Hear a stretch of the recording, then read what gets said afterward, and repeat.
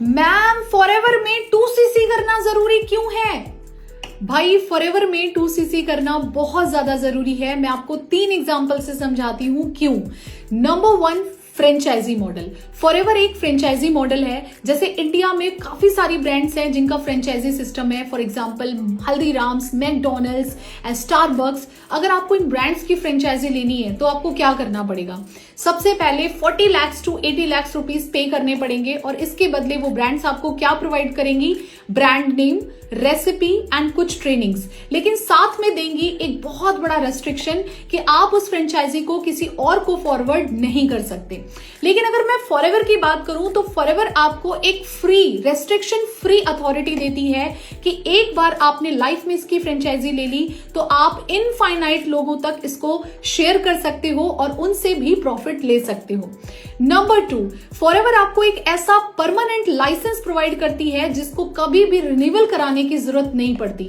मतलब एक बार आपने अपनी लाइफ में लाइसेंस ले लिया तो थ्रू आउट द लाइफ वो वर्क करेगा, जबकि अदर बिजनेसेस में ऐसा नहीं होता।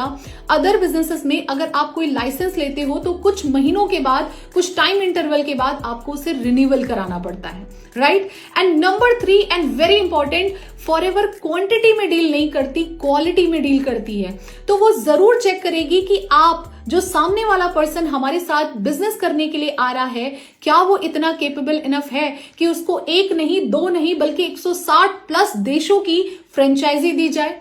इसलिए वो आपसे बोलती है कि आप एक छोटा सा टर्नओवर जनरेट करके दिखाओ।